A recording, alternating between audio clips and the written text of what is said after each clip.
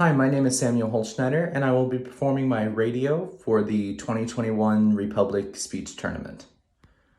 Okay, I will begin.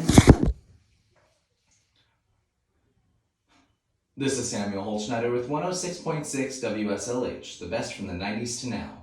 The time is currently 7:42, and it is time for your hourly news break.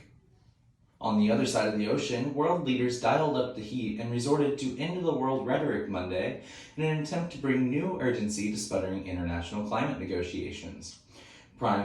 British Prime Minister Boris Johnson described global warming as a doomsday device strapped to humanity. United Nations Secretary General Antonio Guterres told his colleagues that humans are digging our own graves. And Barbados Prime Minister Mia Mottley added moral thunder, warning leaders not to allow the path of greed and selfishness to sow the weeds of our common destruction. Speaking of destruction, at least 3 are dead and dozens of others missing from the collapse of a 21-story apartment building in Nigeria. Officials were met on the scene by angry crowds of people asking why there hadn't been any attempts to rescue. While the people of Nigeria bear that burden, we in the U.S. also have a burden of our own. The gun violence in America has reached a new high. There have been more than 194,000 deaths related to gun violence in the past 5 years. That is an average of 39,000 deaths a year. But deaths only tell a part of the story. From hospital bills to lost wages, it is estimated that gun violence is costing America nearly $300 billion each year. Between 2015 and 2019, it is said that nearly 4.5 million years of potential life was lost. Lives are still being lost daily to COVID-19, and Alabama Attorney General Steve Marshall announced Monday that he filed a lawsuit to block a key point in President Joe Biden's COVID-19 vaccine mandate. Marshall focused on the federal contractor mandate. He called the scope vague and wide, and said under the guidelines, contractors who work from home with no chance of infecting a colleague are forced to take the jab. Marshall also said if one was to follow Biden's logic, entire families of these contract workers could be forced to take the shot due to the risk of home transmission. In more local news, dog lovers around the Ozarks now have a new place to take their four-legged friends.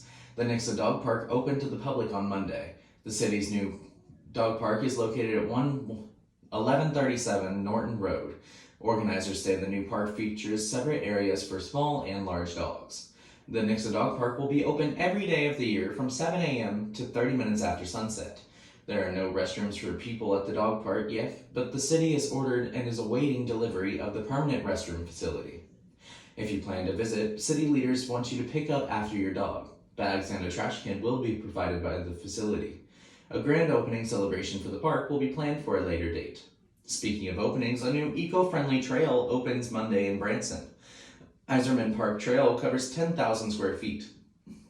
It encourages physical activity, but is designed to keep tires out of the landfill.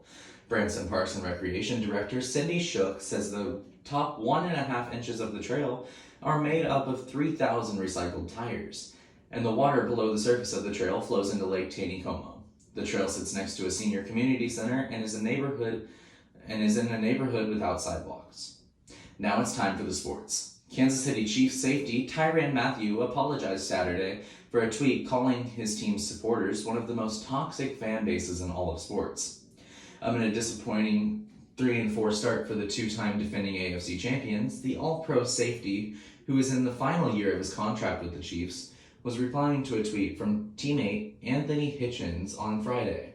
The linebacker pointed out that Kansas City had been to 3 AFC title games, 2 Super Bowls, and delivered the club's first championship in 50 years in his first 3 years with the club. Mathieu said after Saturday's practice that his tweet was a mistake and that he shouldn't have used those words.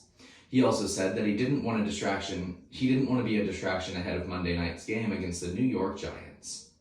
On to some news that should brighten your day. If you're not so fond of spiders, you may find kindred spirits in other spiders.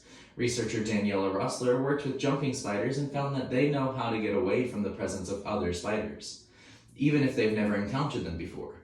She talks with Maria Godoy about her research and what Halloween decorations do to the poor spiders. Arachnids can also have arachnophobia. On to our weather forecast. Tuesday and Wednesday will continue to be a little wet and chilly, but on Thursday, KY3 says that we will be entering a dry spout.